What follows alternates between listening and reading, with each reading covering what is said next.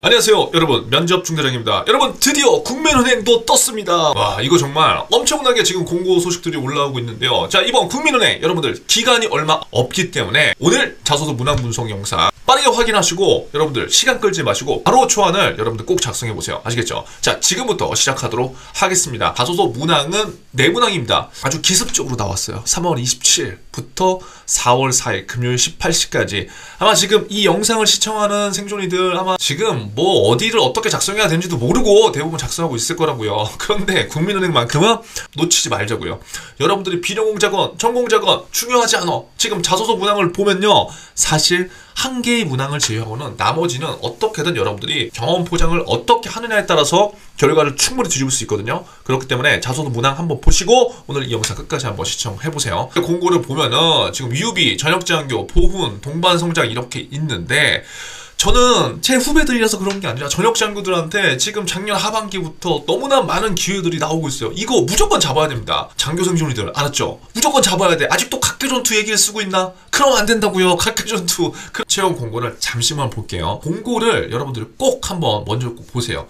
지금 이제 유비 같은 경우에는 예전에도 그랬지만 뭐 나눠서 그렇게 선발하지는 않아요. 여기 보면은 기업 고객 금융과 고객 자산 관리 땡땡명 이렇게 나와 있죠. 그러면서 결국은 하는 일들은 뭐 타원행하고 다르지 않습니다. 여러분 이거 다 알죠? 그리고 지역인지 있습니다. 무조건 정답은 아니지만 내가 어디로 쓰는 게 더 유주할까? 그거 고민하지 말란 말이에요. 특별한 목적이 있지 않으면 제가 추천하는 거는 지역인지에 해당되면 지역인지로 가는 게 저는 좋은 것 같다. 물론 저는요 상경에서 서울에서 뭔가를 꼭 이루고 싶습니다.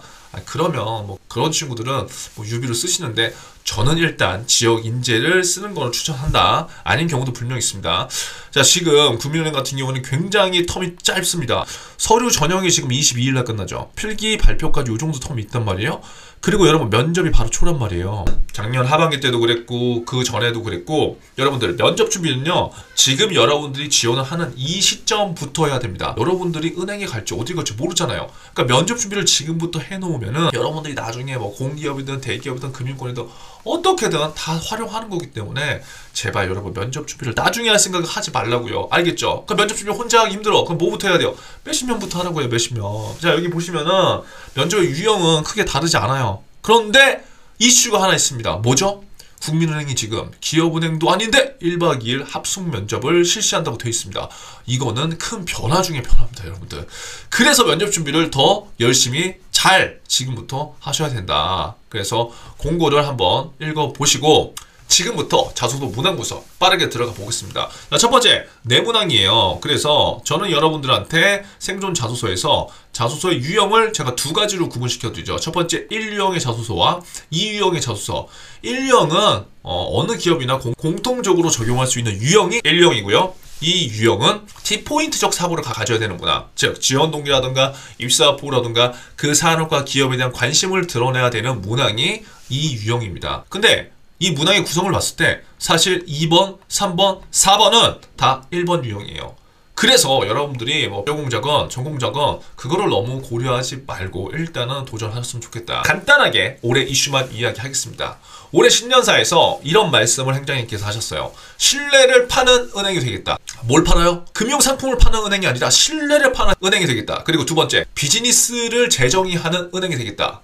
약간 심오하지만 이런 말씀 하셨고요. 그리고 목적에 따른 실행을 하는 은행. 그리고 마지막으로 조화와 균형을 갖춘 은행이 되겠다고 신년사 때 말씀하셨습니다. 우리는 이러한 신년사를 통해서 여러분들이 자소서를 작성하는 이 시점부터 이러한 키워드들을 자소서 문항에 어떻게 연결시킬까를 지금부터 고민하셔야 돼요. 그래야지 면접에서 우리들이 원하는 의도대로 면접을 준비할 수 있는 겁니다. 일단 많은 이슈들이 있지만 제가 기업 분석 자료는 올해 25년 상반기 최신 버전은요 지금 텀이 너무 짧아서 전자책으로 하지 않고요 지금은 동영상으로 촬영을 해서 월요일부터 이제 배부가 될 겁니다. 요거를 이제 미리 말씀드릴게요. 근데 그 기업 분석 자료를 제가 지금 녹화를 하면서 보니까 여러분들이 반드시 아셔야 될 몇 가지들이 있는데 오늘은 이것만 일단 알아두세요. 뭐냐? 올해 25년 경영 목표 중에 일단 리테일 같은 경우에는 이 인구 구조적 변화에 대응한 시니어 고객 기반을 확대하겠다고 지금 행장님이 말씀하셨어요. 이게 경영 목표예요. 이 경영 목표에 대해서 우리가 좀 알면 좋다는 거죠. 왜? 국민은행이 지금 나아갈 때 방향이니까. 우리가 인구 구조를 어떻게 변화시킬 수 없는 거잖아요. 하지만 그 변화에 대응한 시니어 고객 기반을 확대한다고 했어요. 그럼 왜 시니어가 중요하고 시니어 고객 기반을 어떻게 하고 확대할 건지 여러분들 지원하는 분야에 있어서 자소서를 쓰면서부터 지금 고민을 하셔야 된다는 거예요. 그리고 두 번째, 기업과 WM. 여러분들 같이 묶어서 생각해 보시면 됩니다. 기업 고객 중심으로요. 고가치 자문과 상담 서비스를 위한 운영 체계를 고도화한다고 돼 있어요. 이거 말고도 몇 가지 이슈가 더 있는데 일단 우리는 지금 자소서를 작성할 때부터 이것들에 대해서 조금만 생각을 해보자. 현재 지금 리딩뱅크의 현실, 여러분들 뭐 리딩뱅크에 대한 이야기가 많은데 국민은행 같은 경우는 지금 영업력에 대한 거는 굉장히 좋습니다. 하지만 고비용의 문제 때문에 리딩뱅크를 계속 뺏기고 있는 현실이에요. 그래서 여러분들이 지금 리딩뱅크가 중요하냐 안 하냐 그게 아니라 국민은행의 현실을 알아야 된다는 거죠. 고비용의 문제를 어떻게 우리가 해결할 수 없지만 여러분들과 같은 훌륭한 인재가 들어가서 어떠한 문제를 능동적으로 생각하고 해결하고 뭔가 적극적으로 신뢰를 파는 은행 비즈니스를 하게 될 때 결국 고비용의 문제도 나중엔 언젠가 해결될 수 있을 거예요. 그래서 지금 또 자소서를 작성하실 때 리딩뱅크에 대한 이야기만 좀 하지 말자. 자, 그러면 이제 1번부터 빠르게 들어가 보도록 하겠습니다. 자, 1번. 국민은행은 지원자 본인에게 어떠한 의미인지 기술하고 은행원으로서 이루고 싶은 목표와 이를 달성하기 위한 계획을 소개해줘라. 여러분들 지금 어떻게 됐어요? 우리은행부터 하나은행, 기업은행, 신한은행. 여러분들 잘 보시면은 은행들의 자소서가 크게 어려운 게 아니에요. 다 결이 비슷하다고요. 그런데 여러분들은 지금 굉장히 어려워하고 있어요. 왜 어려워해요? 사실 은행원으로서 여러분들이 이루고 싶은 목표에 대한 고민을 사실 생각해보지 않았던 게 가장 큰 거예요. 지금 여러분들은 자소서 작성이 안 된다고 힘들어하겠지만 그 자소서 작성이 안 되는 이유는 뭐냐면 내가 충분히 고민을 한 행동이 없기 때문이다. 그러면 한 번에 그게 생기느냐? 절대 아니겠죠. 이거에 대해서 충분히 고민을 한 친구들과 지금 이제 고민한 친구들과는 당연히 갭차이가 벌어질 수밖에 없습니다. 하지만 우리는 여기에서 어떻게든 이 이유를 나름대로 최대한 구체화시켜야 돼요.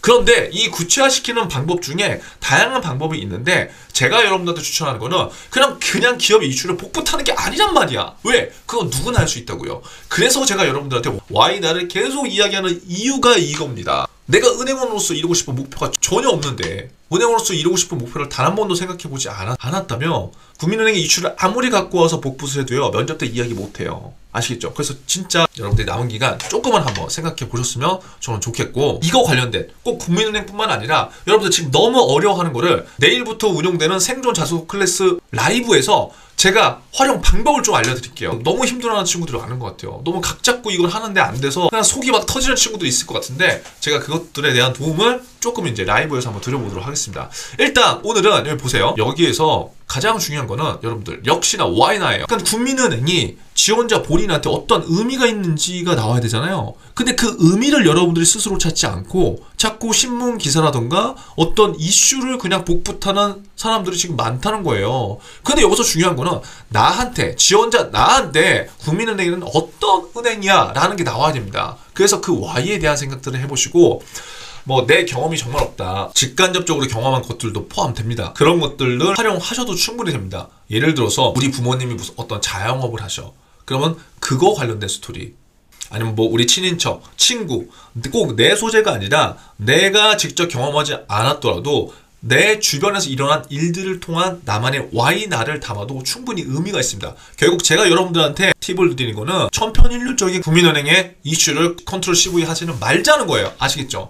그래서 반드시 여기에 Y나를 작성해 주시고 두 번째, 은행원으로서의 목표를 반드시 생각을 해보세요. 이번 신한은행도 마찬가지입니다. 지금 가장 어려워하는 게 여러분들이 10년, 20년 뒤에 여러분들의 미래를 그리는 걸 지금 힘들어한다고요. 그 미래를 자꾸 책으로 그리려고 그래. 그러니까 이게 지금 잘 헷갈린 거예요. 만약에 그 방법을 모르겠다고 한다면 여러분 한번 찾아보세요. 은행원으로서 앞으로 10년 뒤에 무엇을 할 수 있는지, 은행원으로서 20년 뒤에 무엇을 할 수 있는지, 이것만 여러분들이 잘 찾아본다고 하더라도 그 분야에서 내가 왜 이게 되고 싶고 이런 것들을 통해서 어떤 것을 이루고 싶은지에 대한 여러분들의 세부 계획을 작성할 수가 있어요. 결국 미래지향적인 관점으로 이 지원자를 판단하는 거예요. 이 산업에 관심이 있는지, 국민은행에 또 관심이 있는지 그것만 표현해 주면 됩니다. 아시겠죠? 그래서 1번은 복붙하지 마세요. 복붙해도 여러분들 자소서 합격할 수 있거든요. 그런 사례들이 너무 많단 말이에요. 제가 지금 생존 자소서 클래스에서도 지금 국민은행 합격한 자소서 한문화 구조 분석 영상을 보내드릴 건데 그 내용을 한번 잘 보시면은 결국은 복붙이 아니라 자기의 스토리가 있다고요. 그래서 조금은 어설퍼도 되니까 여러분들의 이야기에 좀 집중을 해주시고 그냥 어렵다고만 생각하지 마시고 여러분들 스스로 내가 어떠한 은행원이 왜 되고 싶은지에 대한 고민을 조금만 하셔라.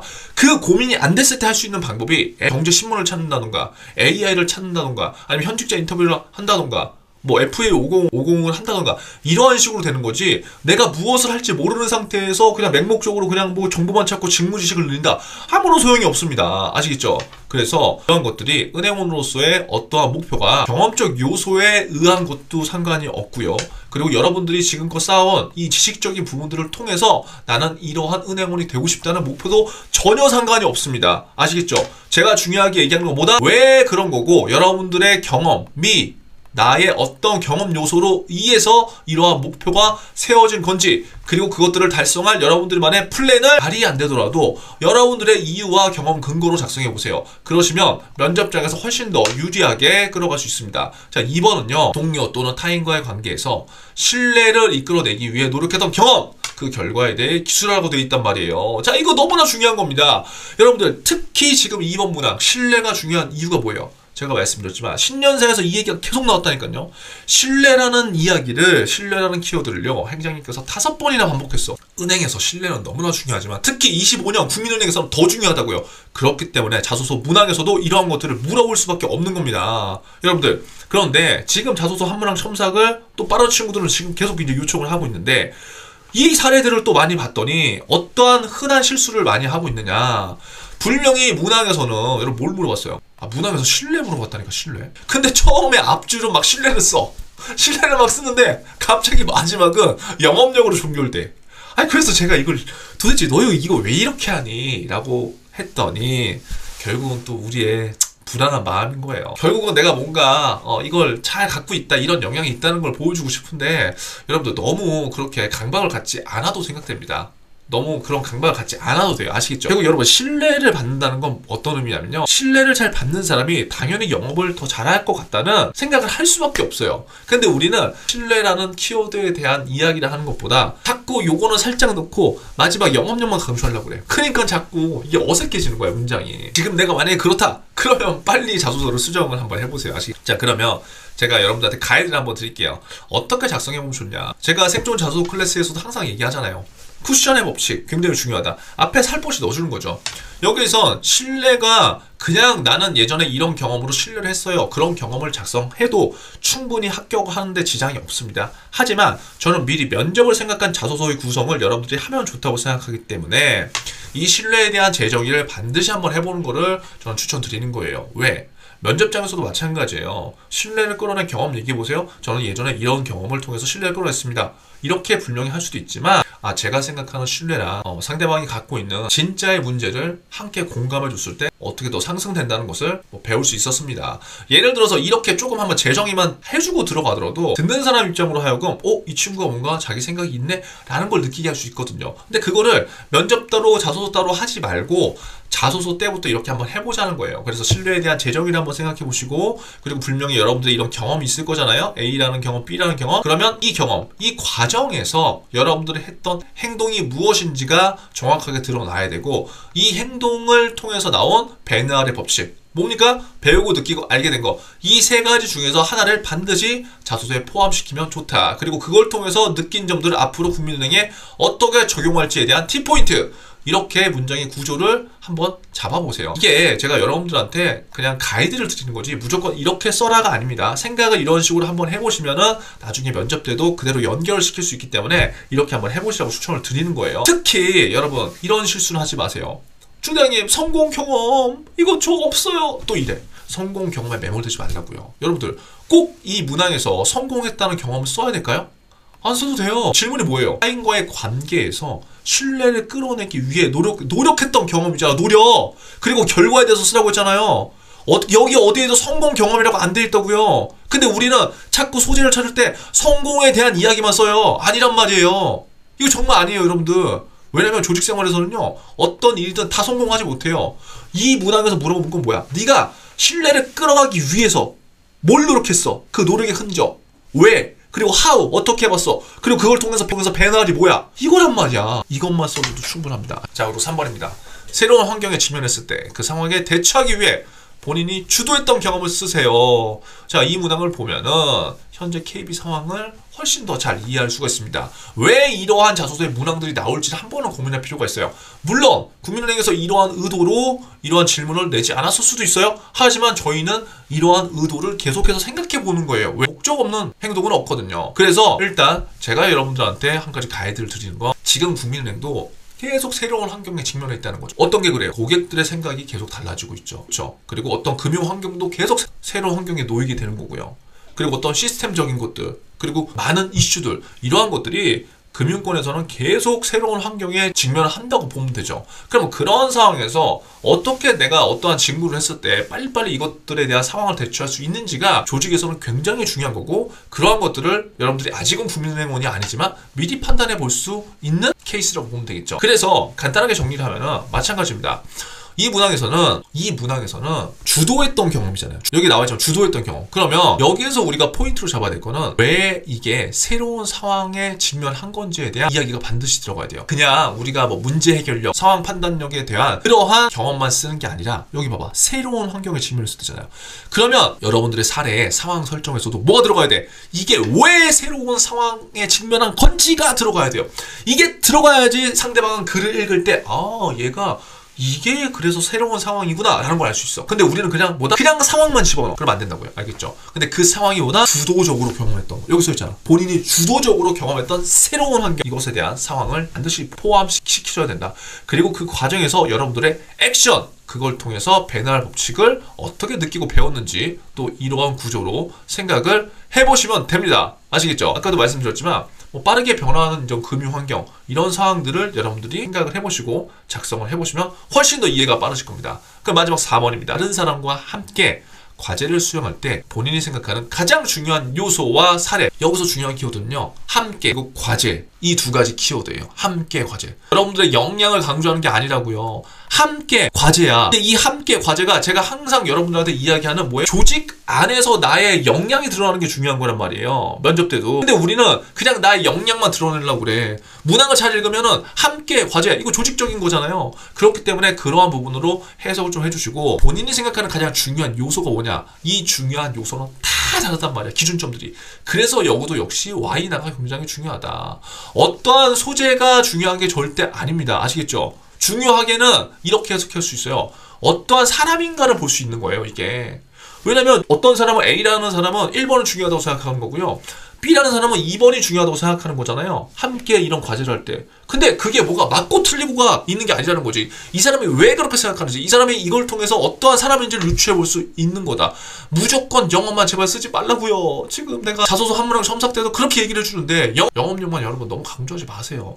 강조해야 될 것들이 너무나 많습니다. 여러분들한테 맞는 것을 좀 선택해 보셨으면 좋겠습니다. 결국 여러분들이 뭐 기업금융을 가든 개인금융을 가든 디지털로 가든 뭐 어디를 가든요, 어떤 직무이든요, 국민은행 가면 함께 일을 해야 돼. 그리고 지점에서는 함께 코업을 해야 된다고요. 그래서 개인적 역량도 중요하지만 뭐다? 조직 안에 여러분들의 역량을 어떻게 표현할지가 이번 면접에서도 굉장히 중요하고, 특히 1박 2일 합숙 면접에서는 그러한 것들이 무의식적으로 다 튀어나올 수밖에 없다. 내 본성이. 그래서 어떻게 해야 돼? 본성을 바꿔야 돼. 본성 어떻게 바꿔? 계속 학습을 해야 된다는 거죠. 우리는 알게 모르게 사실 우리가 지금 또 뭐 신경이 예민해질 수도 있잖아. 그리고 원래 또 예민한 사람이 있을 수도 있어. 근데 조직 안에서 활동을 하게 되면요, 그러한 것들 다 보여요. 사실 1박 2일 학습 면접 같은 경우에도 만약에 그런 부분에 좀 취약하다고 한다면 지금부터 굉장히 사고를 바꾸는 연습들을 많이 해야 돼요. 이건 되게 중요한 거기 때문에 면접 전에 제가 다시 한번 말씀드릴게요. 자, 첫 번째 4번 문항은 이렇게 한번 생각을 해보세요. A라는 경험을 통해서 내가 뭔가 배우고 느꼈다. 그리고 두 번째, 나만의 Y가 반드시 있어야 된다는 거죠. 내가 생각하는 가장 중요한 요소가, 그리고 그 Y의 근거가 나의 어떤 생각과 과거의 행동으로서 이 Y가 나오는 게 좋다는 거지. 본인이 생각했을 때 다른 사람과 함께 과제를 수행할 때 가장 중요한 건 뭡니까? 제가 생각했을 때는 뭐 중요한 요소들이 굉장히 많지만 의견이 맞을 때도 있고 맞지 않을 때도 있고 힘들 때도 있고 힘들지 않을 때도 있을 건데, 어떠한 상황에서라도 함께하는 팀원들의 작은 생각이라도 모든 것들을 수용하는 태도가 저는 가장 중요하다고 생각합니다. 이거 왜 그래? 나왔잖아. 왜? 어떠한 이유로 나는 그렇게 생각하는데, 이 생각을 하게 된 나의 과거의 경험과 근거가 예전에 이런 경험이 있기 때문에 나는 이렇게 생각한다고 하는 거죠. 이해되셨죠? 이러한 식의 연결 구조만 잡으시더라도 여러분들 지금 자소서를 작성하는 것보다는 훨씬 더 빠르게 작성하실 수 있을 거예요. 그리고 이 경험도 역시 마찬가지로 성공 경험에 매몰될 필요가 없다. 성공과 실패는 전혀 중요하지 않다. 제가 자소서 클래스에서도 이야기를 하지만 역행의 법칙을 생각해 보시면 됩니다. 남들이 다 성공의 사례만 많이 쓰기 때문에 우리는 역행의 법칙으로서 오히려 면접장에서 우리를 더 드러낼 수도 있다는 거. 그리고 이를 통해서 베날 법칙과 T포인트로 마무리를 해주시면 괜찮을 것 같습니다. 자, 아무쪼록 시간이 없는 관계상 최대한 핵심적인 요약만 지금 담아봤고요. 이번 역시 국민은행 기업 분석 자료 24년 편은요, 제가 고정 댓글로 여러분들 남겨놓을 테니까 잘 수령하셔서 도움 되셨으면 좋겠습니다. 25년 상반기 자료는 지금 너무 시간이 없는 관계로 핵심적인 이슈만 제가 파악을 해서 동영상으로 제작을 해서 월요일부터 이제 배부를 할 거예요. 이렇게 지금 자료 제작과 영상은 다 끝났거든요. 면접 때까지 쓸 수 있도록 7가지, 8가지, 9가지 이슈들 넣어놨어요. 그래서 이러한 것들만 여러분들 잘 활용해 보시더라도 자소서 면접 때 도움이 많이 되실 거다라는 걸 전달 드리면서 오늘 자소서 문항 분석 영상 마치겠습니다. 자, 다음 영상에서 또 다른 기업으로 찾아뵙겠습니다.